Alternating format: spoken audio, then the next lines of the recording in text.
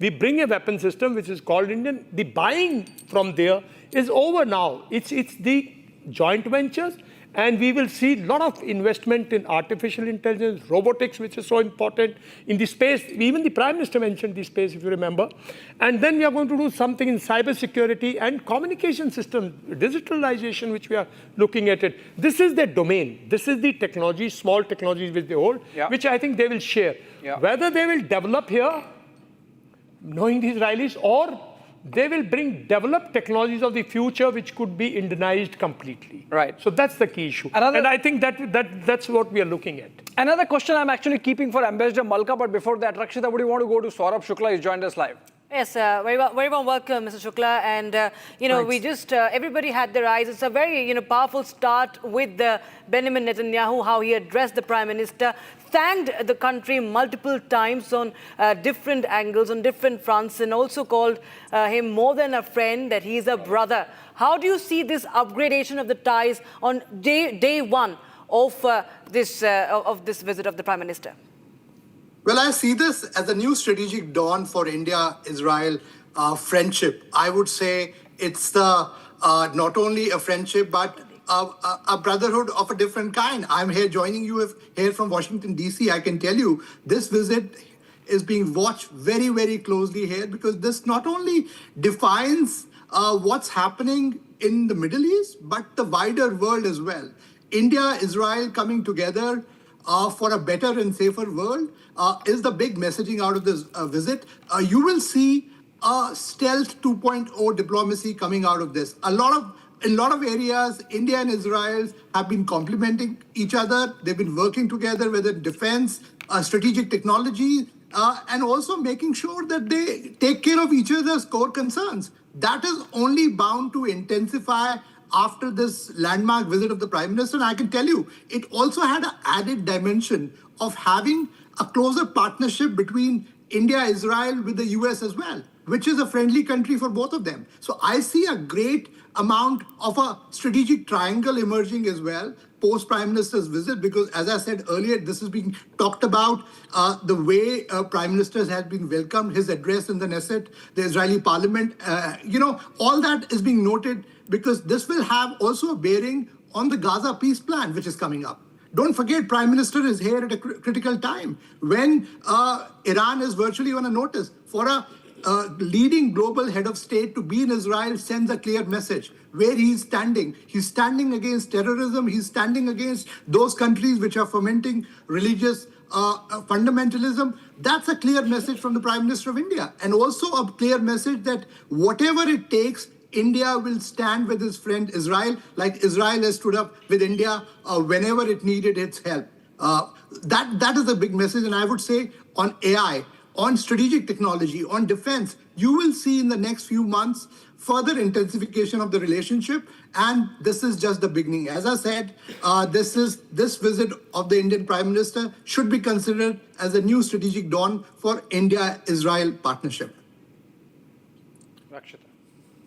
Right. We also, I'll just go to our studio guest, Mr. Rabindra Sachdeva, on this. So, as Mr. Saurabh Shukla was saying, that this is something that has been watched by across the world, even the United States also keeping a close eye on it. In this rearrangement of the strategic alignments and alliances in the past few years, what we've seen, and it continues to be in a dynamic state, how do you see India's position also emerges today, be it in Global South and also in West Asia, and as I just told you about the rearrangement of our political powers? Sure. No, absolutely. In West Asia, I mean, this in a way kind of indicates and signifies India's, I would not use the term influence or growing footprint, or let's say growing engagements in West Asia, especially the India-Middle East corridor going all the way up to Europe, that's there. You were mentioning that in the Gaza plan, what could India do? Maybe contribute. India could be peace, quote-unquote, engineers. We've got engineering folks, and when we are large-scale projects, we can execute them. It's going to be, the Saudi money, Emirati money, development plans from the Jared Kushners of the world and other financiers. But who's going to do the when rubber hits the road, Yeah. right? So we have that strength and capabilities. In terms of watching it carefully, yes, Saurabh is right. America will be watching it very carefully for multiple reasons. And one of the reasons is that the US has often been quite unhappy with Israel because a lot of Israeli technology is rooted in American tech. Yeah. So the US kind of, exerts some control also on that technology transfer to India of the Israeli, weapon systems or whatsoever systems has to be calibrated because otherwise US is losing that business. Israel is cannibalizing America's defense business. So they are looking at that from a very strategic point also. One more reason why the United States would be watching this closely is President Trump. Or rather, he would be watching it closely and perhaps would be a little unhappy, is because the kind of reception Prime Minister Modi got in the Knesset, only President Trump has got earlier. I'm coming to you, Saurabh, but I have to go to Ambassador Malka. Ambassador Malka, I had two cues for you. One from Ambassador Vora saying, if you think about disagreements between India and Israel, you sort of have to scratch your head. But bang on at that time, General Dayal came in and said, wow, what about tech transfer? That's one issue where perhaps the Israelis are not as forthcoming. Now, I give the two cues to you to answer. I'm clubbing them and letting the floor open for you to answer. Should I now answer? Yes. Okay, first, I totally, if I may just before that, I totally agree with Saurabh.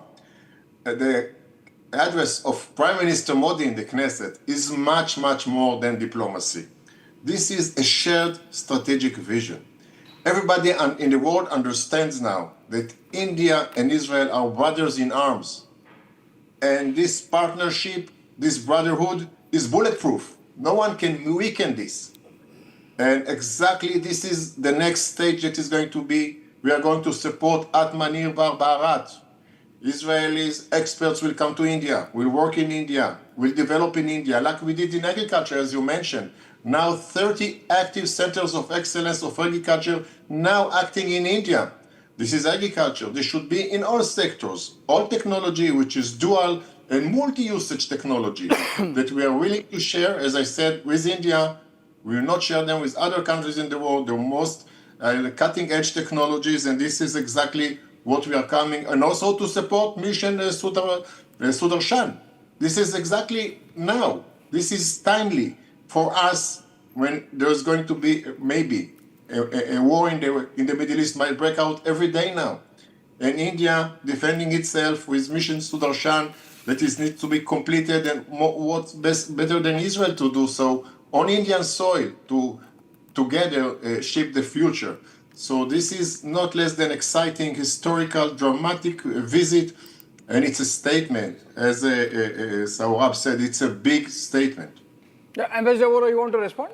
No, I don't want to respond. I just want to add something. Two of the finest leaders in the world. We're talking about them on the finest channel in the world. I hope you're seeing what I'm wearing in my pocket here. The pocket square says "Our Republic." Yeah, pocket squares have also made headlines today, by the way. Can you imagine? So we saw that the Prime Minister pointed out that his pocket square saffron was the same as the color of Mrs. Netanyahu. You can see mine, blue and saffron together. Well, mine is Republic, so it's red. So all right, we